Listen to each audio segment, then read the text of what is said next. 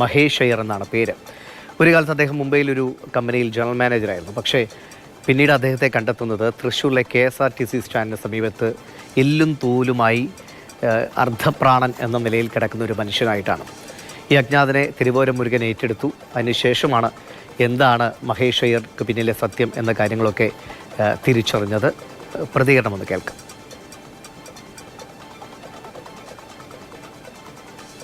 തിരുവോരത്ത് കിടക്കായിരുന്നു ഞാൻ. അവിടെ കിടന്ന് ഓർക്കുന്ന സമയത്ത് അവിടെ എലിയുടെ ശല്യമുണ്ട്. എലി വന്ന് കടിച്ചിട്ട് പോയി. അത് പിറ്റേ ദിവസം പിന്നെയാണ് ഞാൻ അറിഞ്ഞത്. അതിനുശേഷം കാലിൻ്റെ മുറിവ് കൂടി വന്നു. എനിക്കൊന്നും ചെയ്യാൻ പറ്റാതെ ആയി. ഇപ്പൊ കിടത്തിയത് ഇപ്പൊ ഈ മുരുകനും ശശിയുമാണ് ഇപ്പൊ ഇവിടെ എത്തിച്ചിരിക്കുന്നത്.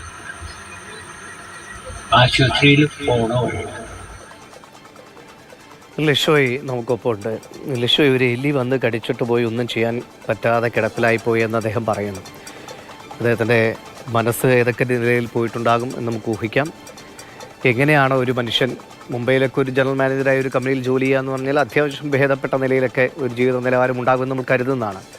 അവിടെ നിന്ന് എങ്ങനെ അദ്ദേഹം ഒരു കടത്തിണയിൽ ഇതുപോലെ എന്താ പറയുക മരിക്കാറായി എന്നൊരവസ്ഥയിലേക്കൊക്കെ എത്തി? ദിവിഷ്, ഈ മനുഷ്യൻ്റെ ഒരു ജീവിതവുമായി ബന്ധപ്പെട്ട കാര്യങ്ങളൊക്കെ നമുക്ക് പറയാം. ആദ്യം ഈ മനുഷ്യനെ കണ്ടെത്തിയതെന്ന് പറയുന്നത് പുത്തൂർ സ്വദേശിയായ ശശീന്ദ്രൻ എന്ന് പറയുന്ന വ്യക്തി തൃശ്ശൂർ റെയിൽവേ സ്റ്റേഷനടുത്ത് ഏകദേശം ഒരാഴ്ചയോളമായി ഇത്തരത്തിൽ കാലിൽ വലിയ വ്രണങ്ങളുമായി കിടക്കുന്നു. വളരെ ശോഷിച്ച ശരീരവുമായാണ് അദ്ദേഹം കിടന്നിരുന്നത്. അങ്ങനെയാണ് ഇദ്ദേഹത്തെ രക്ഷിക്കുന്നതിന് വേണ്ടി ഈ ഒരു കൂട്ടായ്മ രംഗത്തെത്തുന്നത്. അതിനുശേഷം ഇവർ തിരുവോരം മുരുകനെ വിവരമറിയിക്കുന്നു. മുരുകനെത്തി ഇദ്ദേഹവുമായി സംസാരിച്ചപ്പോഴാണ്, മഹേഷുമായി സംസാരിച്ചപ്പോൾ ആദ്യം ഈ മഹേഷ് താൻ ആരാണ് എന്നുള്ള കാര്യമാണ് മുരുകന് പറഞ്ഞു കൊടുത്തത്. അത് ഒരു ഫേസ്ബുക്ക് പേജിലൂടെയാണ്. അതായത് തൻ്റെ ഒരു ഫേസ്ബുക്ക് പേജ്, മുരുകൻ്റെ തന്നെ മൊബൈൽ വാങ്ങി തൻ്റെ ഫേസ്ബുക്ക് ID അതിൽ അടിച്ചു കൊടുത്തു. അപ്പോൾ കണ്ട ദൃശ്യം എന്ന് പറയുന്നത് ഈ മഹേഷിൻ്റെ 3 വർഷം മാത്രം മുൻപ് ഉള്ള ഒരു ഫോട്ടോയാണ്. ആ ഫോട്ടോയും ഈ ഇപ്പോഴുള്ള ഒരു ആളുടെ ശരീരവും എന്ന് പറയുന്നത് വളരെയേറെ ഒരു ദൂരമുണ്ട് ആ ഒരു 2 ഭാഗത്തേക്ക്. പിന്നീട് ഞാൻ ഈ മഹേഷിൻ്റെ ഒരു സുഹൃത്തുമായി ഫോണിൽ സംസാരിച്ചു. സുഹൃത്ത് പറയുന്നത് ഇവരാദ്യം ചാലക്കുടിയിലായിരുന്നു ഉണ്ടായിരുന്നത്. ചാലക്കുടിയിൽ ഓട്ടോയൊക്കെ ഓടിച്ചിരുന്നു. അതിനുശേഷം നല്ല വിദ്യാഭ്യാസം നേടി ഇവർ മുംബൈയിലേക്ക് പോയി. ഈ മഹേഷിൻ്റെ കുടുംബവും എല്ലാം മുംബൈയിലേക്ക് പോയി. മുംബൈയിൽ സ്വന്തമായൊരു ഫ്ലാറ്റ് ഉണ്ടായിരുന്നു.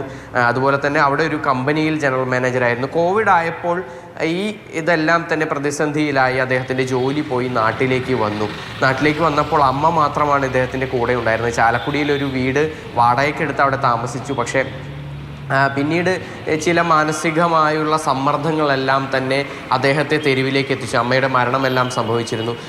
അവരെ തെരുവിലേക്ക് എത്തിക്കുകയാണ് ഉണ്ടായത്. അങ്ങനെ പിന്നീട് ഇവിടെ റെയിൽവേ സ്റ്റേഷൻ പരിസരത്ത് സൗജന്യമായി നൽകുന്ന ഭക്ഷണമെല്ലാം കഴിച്ചാണ് അദ്ദേഹം ജീവിതം മുന്നോട്ട് കൊണ്ടുപോയിരുന്നത്. അങ്ങനെയാണ് ഇപ്പോൾ ഈ കാലിലെ എല്ലാം വ്രണമെല്ലാം മാറുന്നതിന് വേണ്ടി ഇപ്പോൾ നിലവിൽ വണ്ടാനം മെഡിക്കൽ കോളേജിൽ ചികിത്സയിലാണ് മഹേഷ്. പക്ഷേ അപ്പോഴും മഹേഷിൻ്റെ സുഹൃത്ത് എന്നോട് പറഞ്ഞൊരു കാര്യമുണ്ട്.